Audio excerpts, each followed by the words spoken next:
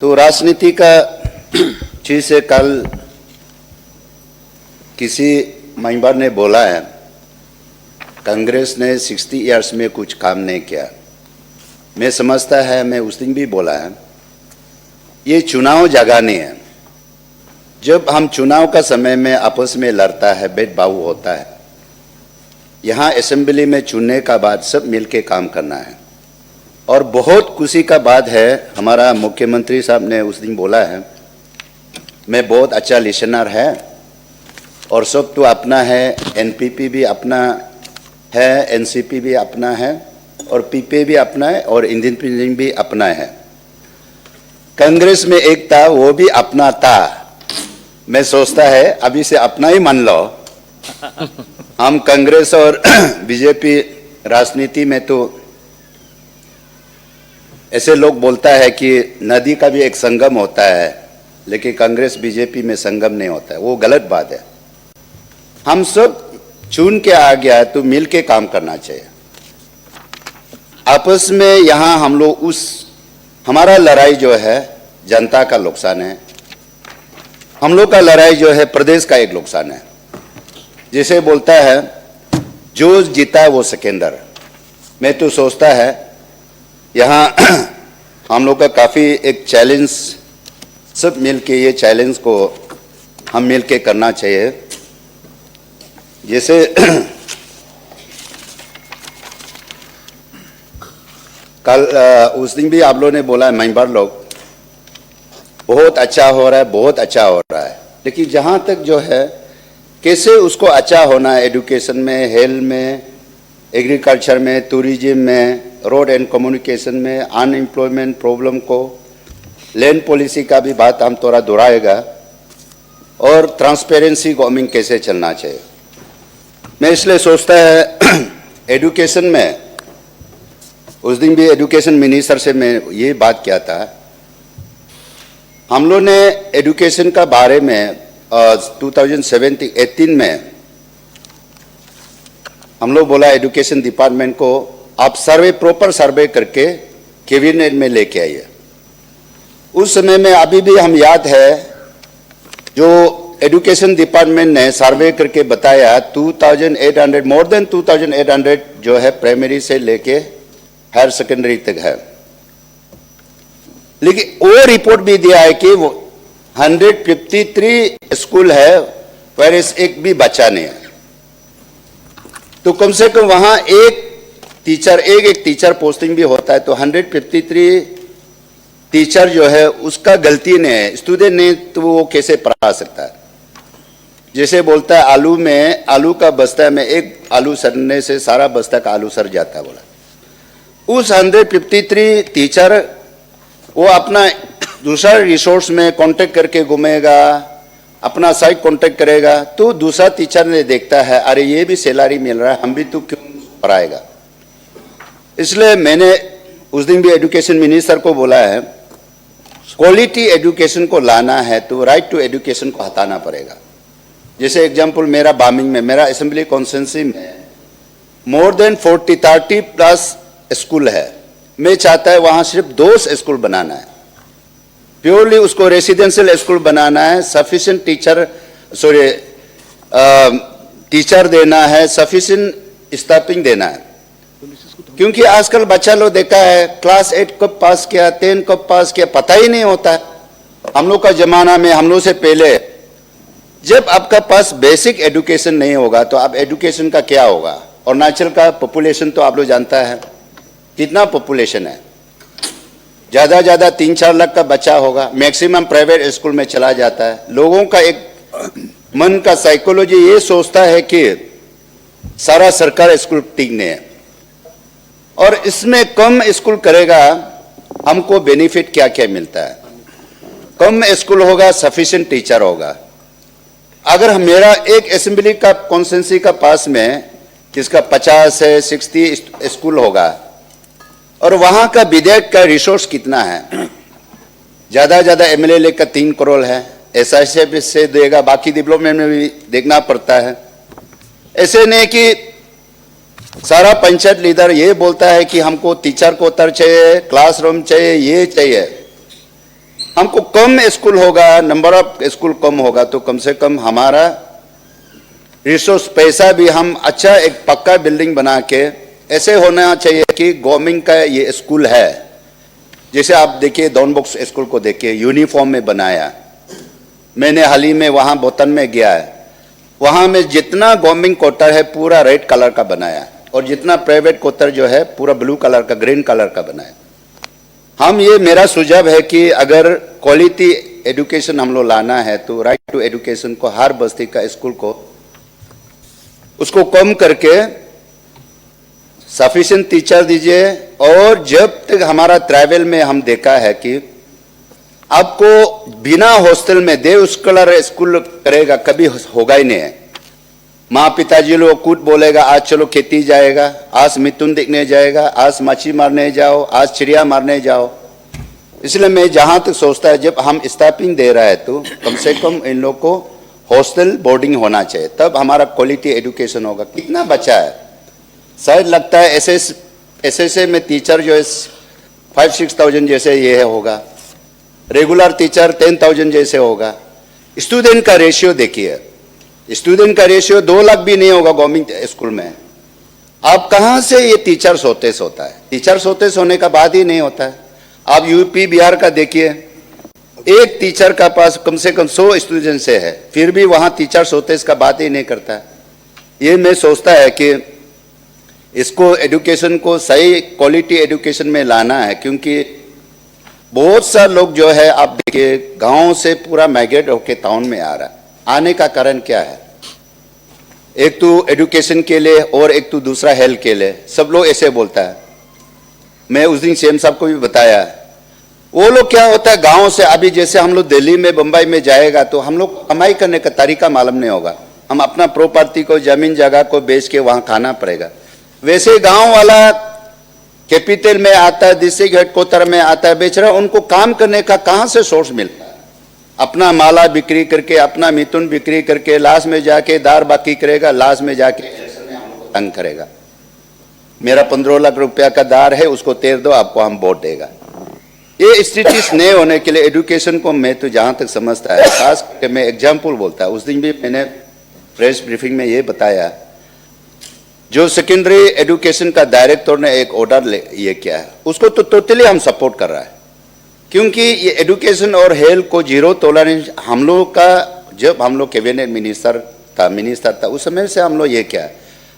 इसलिए आप लोगों से भी रिक्वेस्ट है कि ये एजुकेशन और हेल्थ को हम लोग इंटरफेरेंस नहीं करने से अच्छा है। दूसरा, ये एजुकेशन का सब्जेक्ट को लेके मैं सोचता है जो एसएसए टीचर जो है काफ़ी अभी तक 5-6,000 जैसे होगा कि रेगुलर नहीं हुआ, हो सकने से उस अंदर में उन लोग को इंटरव्यू करा करके तो उन लोग को रेगुलाइज करके डिस्ट्रिक्ट वाइज में पोस्टिंग करने से अच्छा है। नहीं तो एसएसए टीचर का नॉर्म्स वही होता है कि अपना डिस्ट्रिक्ट में उसका पूरा 4 दीवार में बंद किया जैसे हो गया, अपना जगह में पढ़ाता नहीं है तो वो लोग हम लोग को सपोर्ट करेगा, वोट देगा, उल्टा ताऊ मारेगा, हम ड्यूटी नहीं जाएगा, हमको तनख्वाह रेगुलर मिलता नहीं है, इतना कम मिलता है। तो इसलिए सरकार से मेरा ये निवेदन है कि अच्छा एसएसए टीचर को उन लोग को प्रमोशन दिला करके उन लोग को भी डिस्ट्रिक्ट वाइज में ट्रांसफर करने से अच्छा है, तब ताकि वो लोग सही ड्यूटी करेगा। और जहाँ तक है लास्टली एजुकेशन का टीचर को, मैं तो सोचता है एजुकेशन डिपार्टमेंट टीचर का जो रिक्रूटमेंट पॉलिसी को, प्रमोशन पॉलिसी को, आरआर को थोड़ा सा बदल देने से ठीक है, खास करके पुलिस और एजुकेशन में। जो अच्छा पढ़ाता है चाहे उसको प्रमोशन स्कोप दे दो, अच्छा ड्यूटी करता है, चाहे उसको टीचिंग अलाउंस दो, धर्मा तो बराबर होगा, धर्मा तो सबको, एक को बढ़ाने से तो सबको बढ़ा देगा, इसलिए उसको एक फैसिलिटी दो ताकि वो टीचर जो है अपना सही सलाम से ड्यूटी करे। दूसरा हेल्थ का बारे में, तो हेल्थ में देखिए हम लोग दुनिया भर का सर्कल पोस्ट क्रिएट करके रखा है, लेकिन मैं जहां तक सोचता है सरकार हर सर्कल में, श्योर सर्कल में एक पीएचसी सेंटर भी होना चाहिए, पब्लिक हेल्थ सेंटर। वहां मिनिमम 2 डॉक्टर होना चाहिए, वहां मेडिसिन अवेलेबल होना चाहिए, स्टाफ अवेलेबल होना चाहिए। और जहां तक ये यहाँ में बहुत सारा आप लोग का पास भी आता होगा, और हमारे यहाँ में लोग सब डॉक्टर पढ़ना चाहता है, लेकिन लास्ट में उसका मेरिट नहीं होता है। कोई डेंटल में चला जाता है, कोई एलोपैथिक में जाता है, कोई आयुर्वेद में जाता है। तो शायद अरुणाचल में अनएम्प्लॉयमेंट डेंटल डॉक्टर काफ़ी है, इन लोगों को भी थोड़ा सा देख देने से अच्छा है। क्योंकि गवर्नमेंट, मेरा तो ये सुझाव है, क्योंकि हम भी आप लोग का साथ सपोर्ट होके बात कर रहा है। जो डॉक्टर पढ़ रहा है बेचारा, वो क्या बिजनेस करेगा? नौकरी नहीं मिलेगा तो या तो उनको गवर्नमेंट कुछ सब्सिडी दे के नर्सिंग होम या क्लिनिक वगैरह में सपोर्ट दे के कर देने से अच्छा। ये मेरा हेल्थ का बारे में। और टूरिज्म का बारे में हम सब बोलता है टूरिज्म को प्रमोट करना चाहिए, टूरिज्म को प्रमोट करना चाहिए। सचमुच का हम लोग का अरुणाचल इतना भगवान ने सब कुछ दे के रखा है, उसको हम लोग प्रमोट नहीं कर सक रहा, यूटिलाइज नहीं कर सक रहा। कितना नदी दिया, सुंदर सुंदर पहाड़ दिया है, पूरा सब कुछ दिया हुआ है। इसलिए टूरिज्म में सब लोग बोलता है टूरिज्म को बढ़ावा करना चाहिए, आगे बढ़ना चाहिए। तो टूरिज्म को बढ़ाने के लिए मैं सोचता है एक कंपटीशन वाइज में, डिस्ट्रिक्ट वाइज में सरकार ने 4 या 5 टूर ऑपरेटर को अपॉइंट करके उसको देखना है किस डिस्ट्रिक्ट में ज़्यादा टूरिस्ट को, बाहर का टूरिस्ट को इनवाइट कर सकता है। कुछ टूर ऑपरेटर को भी गवर्नमेंट ने, सरकार ने कुछ फैसिलिटी देना चाहिए, तब जाके एक कंपटीशन वाइज होगा। अभी आप देखिए बोतन में, मैं हाल ही में बोतन में गया था, एक आदमी का एक दिन के लिए 1200 रुपया लेता है, और हमने कुछ प्राइवेट गाड़ी लेके गया तो एक दिन के लिए एक गाड़ी का 4500। वहां तो टूरिस्ट से सरकार चला रहा है, देश चला रहा है। तो हमारा बोतन तो हम लोग का कंपेयर में नहीं है, जोग्राफिकल एरिया में बोलो चाहे सुंदरता में बोलो। इसलिए ये टूरिस्ट को भी थोड़ा सा मॉडिफाई करके करने से ठीक है। और रोड एंड कम्युनिकेशन में, रोड तो पूरा, जब मैं आरडब्ल्यू मिनिस्टर था इतना पीएमजेएसवाई स्कीम आया है, तो रोड में हम लोग ध्यान देने से ठीक है। क्योंकि रोड खराब होने का कारण से लोग पूरा अपना बस्ती को छोड़ के रूरल एरिया से पूरा अर्बन एरिया में आ गया। तो अर्बन एरिया में आने का बाद लोग को अपना सस्टेनेबल लाइफ नहीं जी सकते। क्या होता है, वो कहीं एक्सटॉर्शन हो जाता है, कहीं कुछ हो जाता है। तो हम लोग बोलता है कम से कम गांव में रहना चाहिए, गांव में हम लोग डेवलपमेंट करना चाहिए। गांव में आदमी ने तो बोलने से बोलता है कि हम लोग रोड नहीं है, वहाँ बिजली, चलो बिजली नहीं है तो गांव वाला चल जाएगा, धीरे धीरे हो जाएगा। लेकिन रोड तो आपका रोड नेटवर्क में आजकल तो ऐसे है कि पूरा ऑनलाइन में है। आप कोई रोड का प्रपोजल, बस्ती का कोई प्रपोजल देता है तो वो देखता है आपका रोड खाने गए क्या खाने, लेकिन पेपर में रिकॉर्ड में खाने गए, लेकिन असली में खाने नहीं है। इसके लिए भी सरकार ने थोड़ा ध्यान देके PWD, RWD जो रोड इनकम्प्लीट हुआ है उसको भी पैसा देके कंप्लीट कराने से अच्छा है। क्योंकि हमको उम्मीद करता है हमारा स्टेट जो है काफ़ी ऑन रेवेन्यू एक्साइज में, तेल में, दारू में अच्छा पैसा कमा रहा है। तो इसलिए ये सब जो है हमने भी तो 6 चीफ मिनिस्टर साहब का साथ में काम किया है। तो अभी हम भी तारीफ करता है, और मुख्यमंत्री जी पेमा खांडू जी ने मोदी जी का आशीर्वाद से अच्छा काम कर रहा है, वो भी हम भी तारीफ करता है। लेकिन कुछ चीज़ जो है, छोटा चीज़ को भी हम लोग ध्यान देना जरूरी है। कल किसी मेंबर ने बोला है कि हमारा सेंट्रल गवर्नमेंट ने, स्टेट गवर्नमेंट ने इतना स्कीम लॉन्च किया है, लाखपति दीदी हम देखा है, बहुत सा और लोग दारू बाकी होके घूम रहा है। तो इनको भी जो स्कीम वगैरह है उसको भी, स्कीम तो आ रहा है लेकिन बस्ती लेवल में सही इम्प्लीमेंट नहीं कर रहा है, उसको थोड़ा सही मॉनिटरिंग करने से अच्छा है, हम ये सोचता है। और दूसरा जो है अनएम्प्लॉयमेंट का जो प्रॉब्लम, अनएम्प्लॉयमेंट ग्रेजुएट तो बहुत है, उसको भी सरकार, जो ग्रेजुएशन हुआ है नौकरी नहीं मिला है, एज ओवर हो गया, उन लोगों को भी बहुत सा चीज़ जो है सरकार सपोर्ट दे सकता है। आप किसी ने कांटेक्ट करने का ये है तो क्रेशर मशीन का सब्सिडी दे दो, स्मॉल स्केल इंडस्ट्री में फैब्रिकेशन का, गाड़ी ग्रेस का, ऐसे ऐसे करके वो नौकरी से भी अच्छा कमाई करेगा। जो स्पोर्ट्स में इंटरेस्ट है, स्पोर्ट्स लोवर को, इनको वॉलीबॉल को आजकल जो क्लब बना दीजिए, बैडमिंटन क्लब, वहां से भी वो रेवेन्यू कलेक्शन करेगा। तो ऐसे ऐसे अनएम्प्लॉयमेंट भी हमारा यहाँ कितना होगा, पॉपुलेशन का हिसाब से तो उतना तो नहीं है। दूसरा जो है ये ट्रांसपेरेंसी, सरकार, हम लोग भी चाहता है ट्रांसपेरेंसी सरकार होना चाहिए, लेकिन ट्रांसपेरेंसी सरकार तब नहीं होगा, आप लोग ये सब सुनिए, ओएसडी सरकार चलाएगा, कभी भी ट्रांसपेरेंसी नहीं होगा। 4-5 आदमी जो करप्शन ऑफिसर जो है वो उसका बात को सुनेगा, ट्रांसपेरेंसी नहीं होगा। और बिजनेस वाला लोग जो है बैग बैग में पैसा लेके आएगा, तब ट्रांसपेरेंसी नहीं है। हम तो सोचता है कि हम लोग ट्रांसपेरेंसी 60 लोग मिलके, हमारा मुख्यमंत्री का साथ में हम लोग पूरा साथ देके ट्रांसपेरेंसी सरकार होना चाहिए और लोगों का सरकार होना चाहिए। हम बिजनेस वाला का बात को सुनेगा, ओएसडी का बात को सुनेगा, कॉन्ट्रैक्टर का बात सुनेगा। हम लोग लोगों के लिए काम सही नहीं कर सकता, वो लोग तो अपना मतलब के लिए बोलेगा।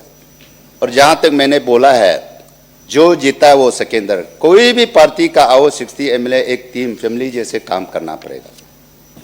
नहीं तो देखिए, मैं सब के लिए बोल रहा है, कोई हार गया, वो रात भर नींद आता नहीं, क्या लड़ाएगा, कैसे लड़ाएगा, कैसे करेगा, वो चुगली मारते रहेगा। तो इसलिए अब खास करके मुख्यमंत्री से लेके जितना भी मंत्री है, यहाँ में 11 या 12 मंत्री है, आप लोग हम लोग को मिलके लेके चलना पड़ेगा, क्योंकि हमारा यहाँ जितना भी बैठा हुआ उसका अपोजिशन हारने वाला आप लोग को कुचली मारते रहेगा।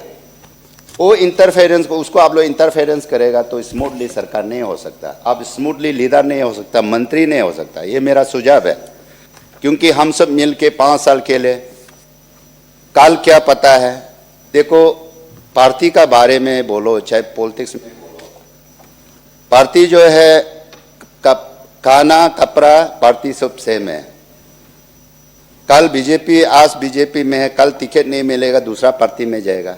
कपड़ा भी वैसे है, पसंद एक ही कपड़ा को अब हमेशा पसंद नहीं करेगा। जब आप नया कपड़ा पहनना है, मार्केट में घुसेगा, दुकान में घुसेगा, दूसरा कपड़ा आप पसंद है वो दूसरा कलर का ही लेगा। और खाना भी हमेशा वही सेम खाना को नहीं खाता है, 2 बार खाएगा, तीसरा बार में दूसरा खाना चाहता है। इसलिए पार्टीबाजी का आपस में हम लोग भेदभाव ज़्यादा नहीं करके यहाँ ऐसे होने से बहुत अच्छा होगा। और लैंड पॉलिसी का बारे में अभी भी लैंड का बात कर रहा था मैं, इसलिए पार्टिसिपेट, क्योंकि यहाँ में एक साथ हम बोलेगा वो लैंड पॉलिसी को, जब तक ये लैंड पॉलिसी को हम लोग अच्छा से नहीं बनाएगा, हम लोग का अरुणाचल में कुछ भी नहीं होगा। क्यों ना बाहर का इन्वेस्टर आएगा, कहाँ इन्वेस्टर आएगा। यहाँ लैंड को हम तो सोचता है कि लैंड को ओनर सिस्टम बना देना चाहिए। हाँ, बाहर का लोगों को तो अलॉटमेंट नहीं दे सकता है, सेल नहीं कर सकता है। अभी सिक्किम को देखिए, सिक्किम हम लोग का सेम है, सिक्किम का भी लैंड कहाँ है, वो दूसरा को बेचता है, लेकिन वहाँ में 80 ईयर्स 90 ईयर्स का 40 ईयर्स का लीज देके जितना मेडिसिन का वहाँ बनाता नहीं है, लेकिन सिक्किम मैन्युफैक्चर सिक्किम करके उससे कितना स्टेट को रेवेन्यू, कितना पैसा मिल रहा है। वहाँ का बड़ा बड़ा जो कंपनी सिक्किम का, वहाँ टैक्स फ्री है, हम लोग का अरुणाचल जैसे है। हम लोग का भी लैंड पॉलिसी को जब तक ओनर सिस्टम नहीं बनाएगा, अभी सरकार उतना नुकसान हो रहा है। जो भी सेल करेगा गिव दिट, सेल दिट तो होता नहीं। आप ओनर सिस्टम बना दो, सरकार को भी रेवेन्यू मिलेगा। आप दूसरा स्टेट में देखिए, आपको सेल सिस्टम सेल होता है तो उस वैल्यू से 6 या 7% का गवर्नमेंट को रेवेन्यू मिलता है। इसलिए ये लैंड पॉलिसी जो है, और यहाँ में एक सबसे बड़ा गलती है, जब बाहर का जो इंडस्ट्री खुलेगा, कुछ भी करेगा, हर स्टेट में इक्विटी मॉर्गेज होता है, यहाँ रजिस्टर मॉर्गेज होता है 2% 3%। लोग 2 करोड़ का अगर बैंक लोन लेगा भी तो आपका कम से कम वो स्टैम्प पेपर लेने में वो 20 लाख 25 लाख जाता है। कोई ऐसे रजिस्टर मॉर्गेज नहीं होता है, सिर्फ अरुणाचल रजिस्टर मॉर्गेज है। इक्विटी मॉर्गेज बना दो। इसलिए लैंड पॉलिसी को बनाना बहुत जरूरी है। ऑनर सिस्टम बना दो ताकि ट्रांसपेरेंसी, अभी कुछ रेजुलेशन भाई पानी तरफ ने एक उठाया, लैंड को कुछ सेल हो रहा, तो जब तक इसको पॉलिसी को टिक नहीं करेगा तो कुछ सेल होगा। अभी देखो तो अरुणाचल ईटानगर में एक लेन को पूरा इसको स्कैनिंग बना करके 2 आदमी को सेल करने जाता है, क्योंकि इसको ओनर सिस्टम नहीं है। अभी जैसे हर चीज जो है यहाँ 30 ईयर्स के लिए लेन का कोई अलॉटमेंट नहीं है, वो सिर्फ 30 ईयर्स का लीज है। बाहर का जैसे हम लोग का पास जमीन है, लेकिन हम लोग का पास पैसा नहीं, हम लोग बाहर से इन्वेस्टर लेके आएगा, वो सब बोलता है नहीं नहीं नहीं, आपका जमीन आपका ही नहीं है तो हम कैसे इन्वेस्ट करेगा, हम करोड़ों क्यों इन्वेस्ट करें। कोई चाहता है मेडिकल, प्राइवेट मेडिकल कॉलेज खोलना चाहता है, लेकिन हम लोग जमीन है लेकिन हम लोग का पास पैसा नहीं, तो बाहर से तो इन्वेस्टर लेके आना पड़ेगा। अभी मोदी जी ने डेवलप कंट्री में क्यों घूम रहा है, वो इन्वेस्टर चाहिए। जितना भी हिंदुस्तान में इन्वेस्टर आएगा उतना रेवेन्यू मिलेगा, तब हम लोग का हेल्दी कंट्री होगा। इसलिए लैंड पॉलिसी को थोड़ा सा चेंज करने से ठीक है। और दूसरा जो है, हम लोग जानता है अरुणाचल जो है बहुत ब्यूटीफुल सेकुलर एक स्टेट है। हम लोग का पास मोर देन 26 मेजर ट्राइब है, 100 आसपास जैसे सब मेजर ट्राइब, सब ट्राइब है। They are believe their religion. हम तो चाहता है कि अरुणाचल जो है हम लोग को यहाँ कुछ जो है आज़ाद भी देना चाहिए। जो क्रिश्चियन वाला को कम से कम फ्रेश लो, बुद्धिस्ट वाला को तासी दे ले, हम लोग का नेशन वाला को क्या बोलेगा पहले चो। सिर्फ हम लोग यहाँ में जय श्री राम सिर्फ बोलने से भी नहीं होगा, सबको आज़ादी भी देना चाहिए। इसलिए हम चाहता है कि जैसे मैं आज इस अगस्त हाउस में एक मौका मिला, बताना चाहता हूँ। मेरा दिल तो हम खुद को बहुत सेकुलर सोचता है, इसलिए मैंने पिछले बार 5000 स्क्वायर मीटर हलुंगी में मैंने फ्री डोनेट किया बाइबल कॉलेज के लिए, और मोर देन 20,000 स्क्वायर मीटर जो है मोनेस्ट्री के लिए मैंने हलुंगी में डोनेट किया। शायद लोग आने वाला में वो लोग शुरू करेगा क्या।